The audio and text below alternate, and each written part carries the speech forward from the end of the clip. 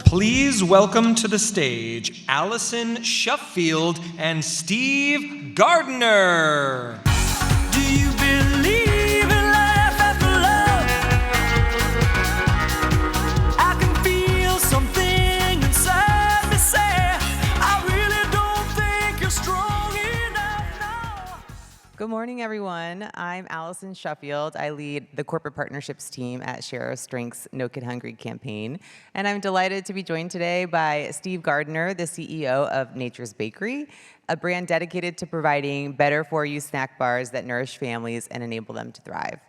And as a part of the Mars Snacking Division, Nature's Bakery is not only on a mission to ensure everyone has access to wholesome snacks that not only taste good, but also make you feel good.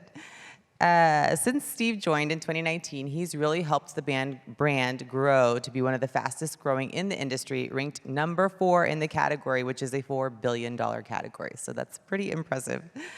Before his time at Nature's Bakery, he spent a lot of time leading sales at PepsiCo for different brands like Quaker, Gatorade, Tropicana. And right now, he's currently living in Florida with his wife, where he spends lots of time outside. He's a pickleball fan, if there's any of you out there, and on the water, of course, if you're a Floridian. So today, we're really going to be talking about how corporate leadership can drive meaningful change, and in particular, through his membership to the CEO Pledge to End Summer Hunger, No Kid Hungry signature initiative that launched this past summer. So I'll tell you a little bit more first just about the initiative. So it launched this past summer, 2024, with the aim to end summer hunger for 30 million US kids. So that is I'll have to pause first and give acknowledgement to this entire room. I've talked with so many of you that I know are making a dent on this exact issue of summer hunger for kids. We're at a really important time where a bunch of different things have changed, giving us the ability to actually realize the vision of ending summer hunger for the 30 million kids who typically rely on school meals when they're in school. And thanks to the great work of so many, but definitely the CEO Pledge to End Summer Hunger, we estimate that this past summer, the first summer we really launched this program as an anti-hunger community, that 18 million kids were reached. And so, of course, there's still, yeah.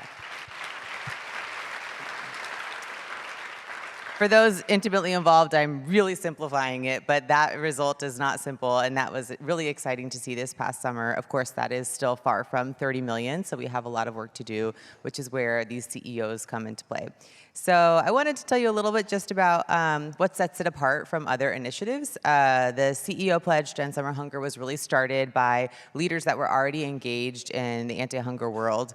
And so there was a group of restaurant executives sitting around learning about ending summer hunger, and one of them said, we have to do more. Like, this needs to be built by the leaders in these communities. And so thanks to those brands, some of which are represented here today, Tropical Smoothie, Macy's, Inspire Brands, are all CEO pledge takers, and Tropical Smoothie's former CEO in particular was the one who said, you need to start a CEO pledge.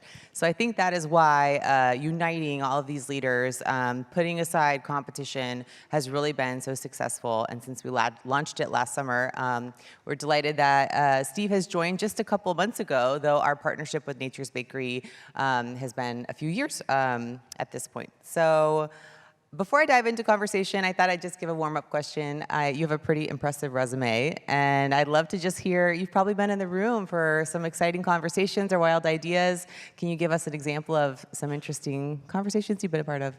I could, yeah. Thank you very much. And if you wondered what we were doing a little shuffle on the way up. It's not that we didn't want to come up. We were just trying to find a microphone, so we're all good now. We thought that would be important. I've had a fairly long career, so I have been in the room for some crazy, weird, odd decisions, but I think I'm under an NDA with most of those companies, so I can't reveal anything that would, embarrass anyone but me. So I go back to, for me, still the craziest thing I did was I was a pretty driven kid, and I wanted to get through school, and I wanted to get through college. First child in my family to have the opportunity to go to college, and I wanted to get into a big company and work my way through it. And I had that vision from when I was way too small. But as I was approaching my senior year of college, and we'd done a lot of little side hustles to try to make money, a good friend of mine and I And as we got to the senior year, we're like, this is a really good idea, and I think this is one that we should do. So as I was interviewing for these jobs, we were actually writing a business plan to go start our own company, and we found a way, 2 kids with no experience and no money, to convince a bank to lend us money. So the bank lent us money. There was a young entrepreneur program that the government had, so they matched it. So I had the pleasure of calling my parents and saying, great news, I got that job offer.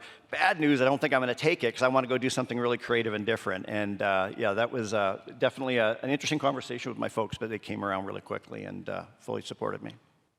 Okay, so I have to ask, are you still friends with this best friend you went into business with? Best friend, yes, yes. It's like a marriage. We have our ups and downs, but we're good. Yeah, best friends. Amazing. That says something about the both of you for sure.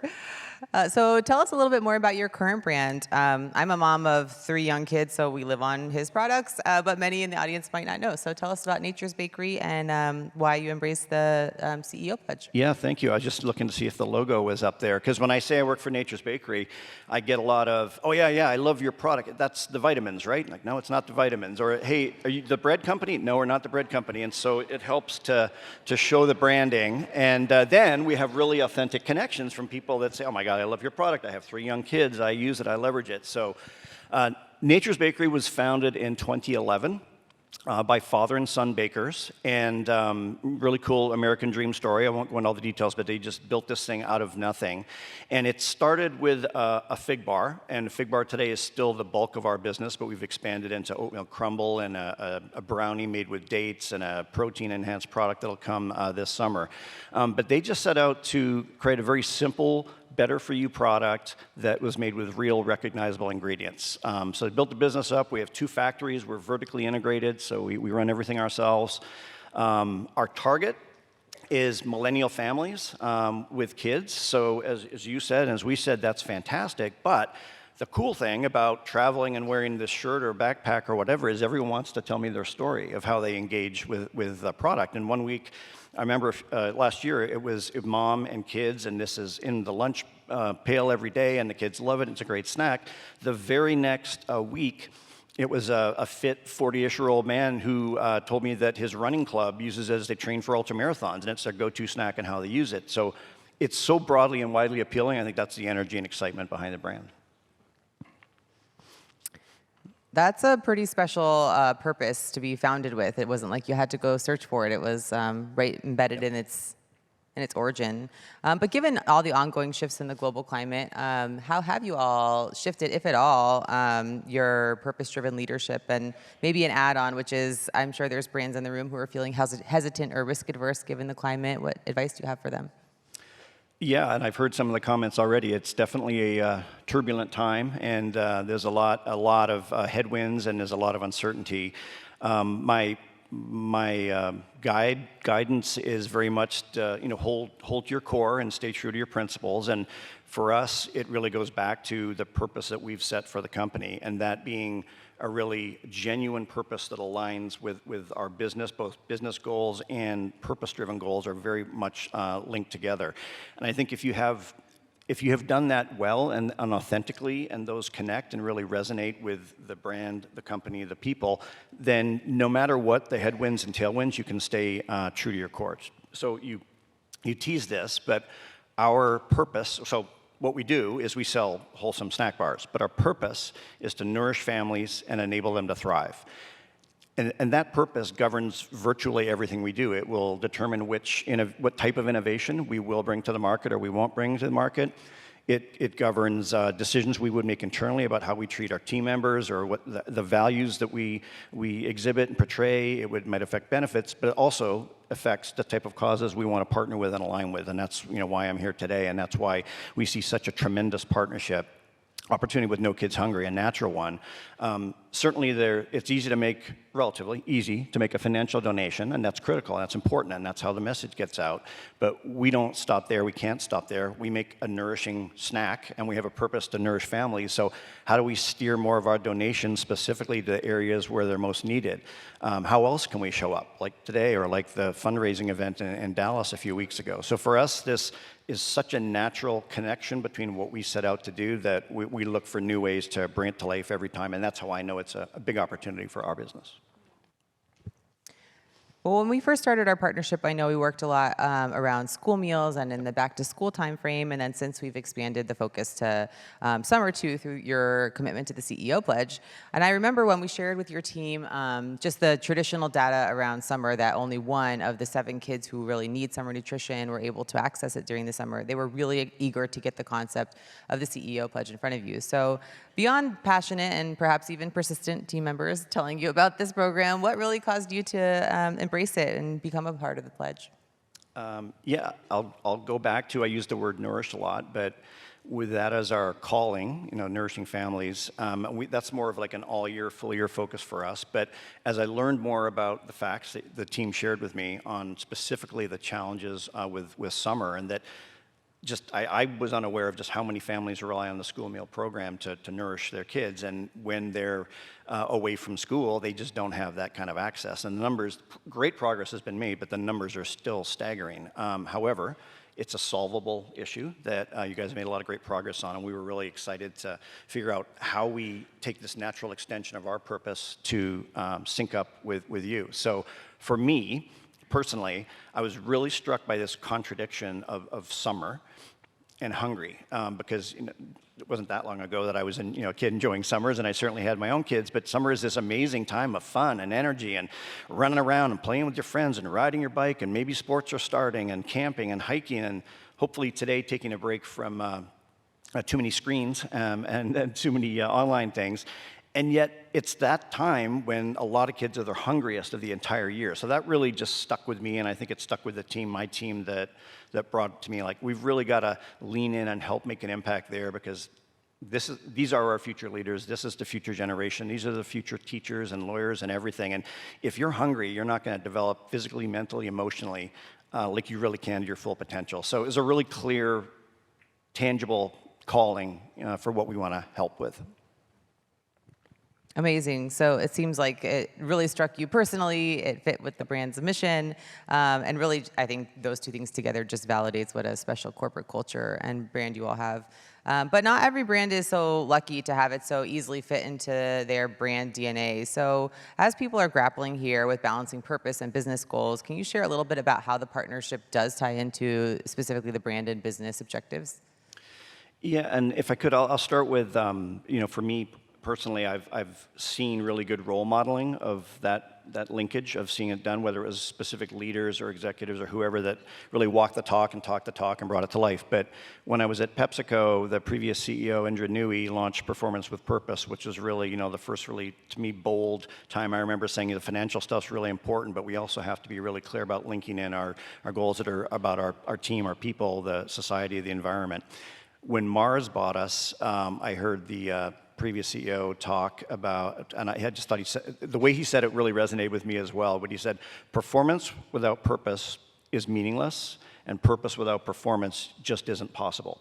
So back to your question, this element of balance is absolutely critical, and that doesn't mean 50-50, but having the balance to align those goals. You can't have mutually exclusive business goals from, here's the purpose stuff we have to do, and it can't be on separate pages and separate sheets. It's really got to be well linked together. So for us, that's how I see all this coming together really well. Nature's Bakery, with a name like Nature's Bakery, there's certain expectations of how we would behave. If our consumers love to interact with our product online, and in very creative ways, and in a lot of different formats, and we know this is the type of activity, cause, behavior that they expect of us, that they're proud to feed this to their kids, not just because it tastes great, but because they see the types of things we will do as a company. Our team members, of which I have one in the audience, they didn't just join Nature's Bakery for a paycheck and a career. They're here because they believe in the purpose, and they want to see that we're doing the things that are important to give back and really drive change in the world. So for us, I think if you balance the purpose and the business goals, and you do it in a really credible and tangible way, it's a bit of an overused term, but it's such a win-win, because we are going to exceed our business goals. We are going to sell more bars. We are going to bring more innovation to the market. We're going to build new bakeries and hire new people and expand our business.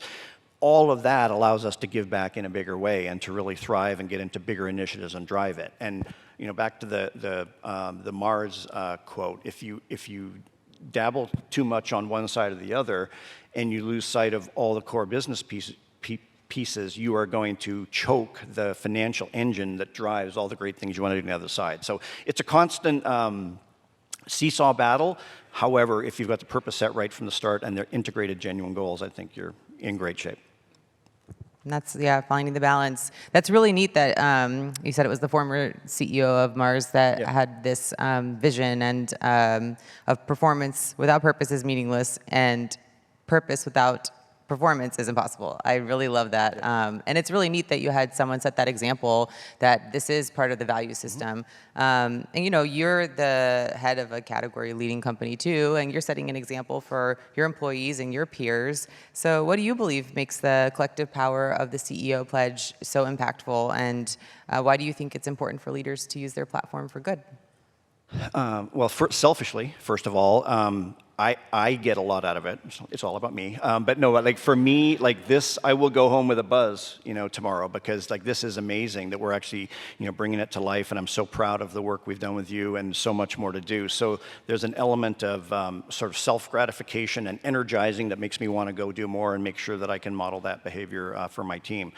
But when you talk about the CEO pledge, what's cool about that is, and you talked about collective voice, it amplifies the message in so many ways. I think one is just the 1 + 1 is 3. When you have numerous people saying the same thing, it's going to get more traction. And then I think secondly, the fact that you've got CEOs, they have bigger forums and they have bigger opportunities and they can spread the message a little louder. But the third one for me, as I start to see who you've brought into the CEO pledge already, I sit before you as the lowly, humble CEO of a small to mid-sized snack brand. You've got industry titans that are saying, this is really, really important, and I'm in with both feet, and I'm going to make it happen. You've got CEOs of some of the biggest food and restaurant groups in the country, sometimes in the world. You've got huge CEOs of huge car companies. You've got CEOs of major retailers in the country. So each of those have slightly different networks, so also they can amplify that message into their different suppliers and different customers, et cetera. So for me, having the opportunity to join in that, fantastic. I'm happy to lend my voice to it. It's a simple ask, and if we can get a few more folks, aware and visible of the cause that we're aligned behind, then I think it's just a massive, massive benefit. And then lastly, I would just say, it's so important. There's a lot of talk in the world, but talk is cheap, as they say, and the actions and the impact that you've been able to drive already, and with us on some of the things we've worked on, that fuels the motor for us, and that really makes us excited and energetic to do more. Well, I know I'm struck with a lot of gratitude for your involvement and your time today, and I know the room is probably also thinking, where's my Steve Gardiner? How do I get that C-suite person on board? So what advice do you have for them? How do we engage other C-suite leaders in different collective impact efforts? Well, I think you're doing it, honestly, by being here, and this is my first time at Engage for Good, and it's really amazing to see some of the things that I've seen and some of the companies that are here and some of the amazing causes and amazing progress. But I would just say, I see a sea of very influential people in the audience that have loud voices within your own companies and beyond. I would love to say I found the CEO pledge and I ran towards it. My team found it, and my team said, you know what, Steve, this feels like something our company should be doing. We'd love if you would go. And I said, heck yeah. But I think that's a sign again of us living our purpose and bringing it along. So I guess my closing thoughts would be, use your influence as you leave this conference and go back to your own companies and look for ways to either get involved specifically with the CEO pledge or No Kid Hungry or whatever those causes are that are genuinely and authentically linked to who you are and is in your DNA as a company, and we can continue to hopefully do good things together. Well, thank you so much for traveling all the way here and inspiring us. And also, thank you to everyone who's working on Summer Hunger. Thank you.